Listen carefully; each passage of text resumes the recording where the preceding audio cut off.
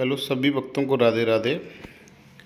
जैसा कि हम जानते हैं रावण बहुत बलवान था और रावण ने मरने से पहले 5 उपदेश दिए थे। जब लक्ष्मण जी रावण जी के पास गए तो उन्होंने 5 जीवन में सफलता पाने के लिए कहा था।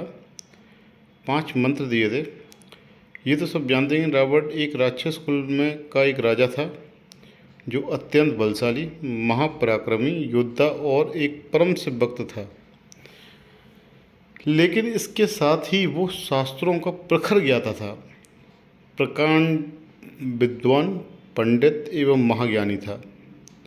जब धरती पर उसका पाप बढ़ गया तब भगवान विष्णु ने राम के रूप में धरती पर जन्म लेकर उसका नाश किया था।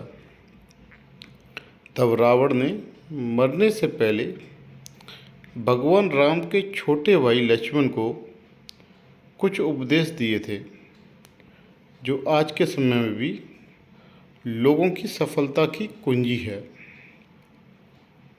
लक्ष्मण जब काफ़ी देर तक रावण के सिर के पास खड़े रहे लेकिन रावण ने उनसे कुछ नहीं कहा।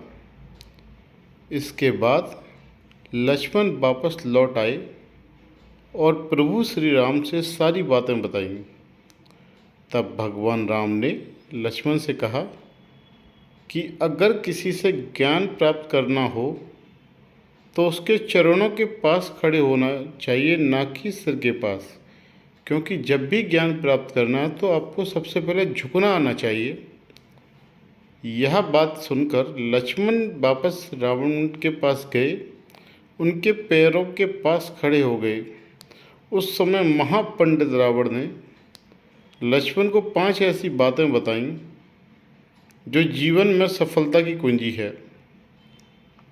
रावण जिस समय मरणासन्न अवस्था में था तब भगवान राम ने लक्ष्मण से कहा कि संसार में नीति, राजनीति और शक्ति का महान पंडित विदा ले रहा है।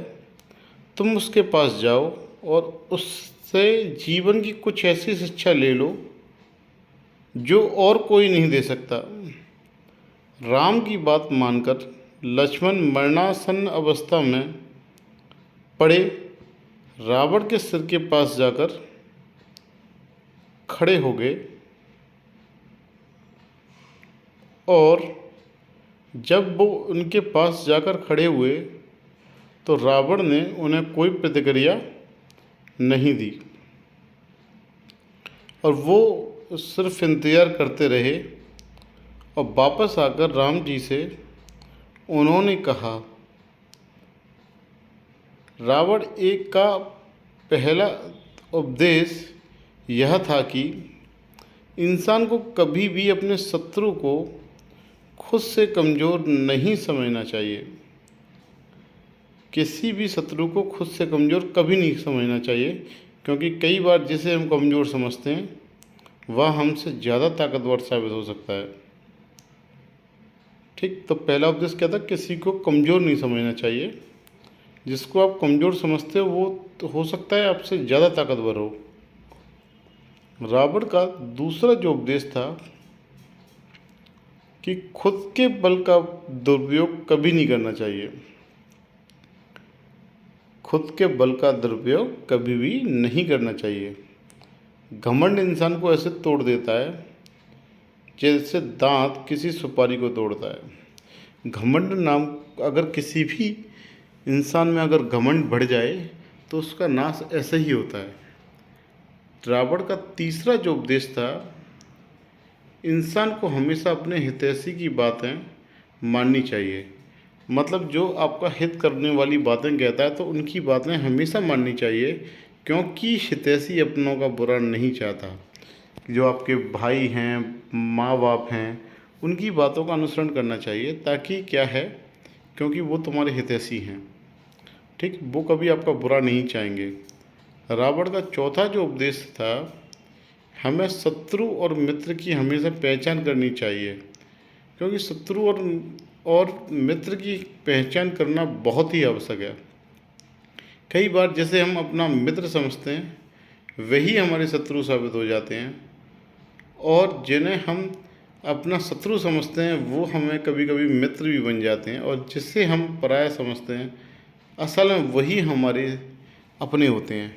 तो चौथा क्या उपदेश था कि हमें शत्रु और मित्र की हमेशा पहचान होनी चाहिए। रावण का जो पांचवा उपदेश था वो सबसे बेहतरीन उपदेश था कि हमें कभी भी पराई स्त्री पर बुरी नज़र नहीं डालनी चाहिए।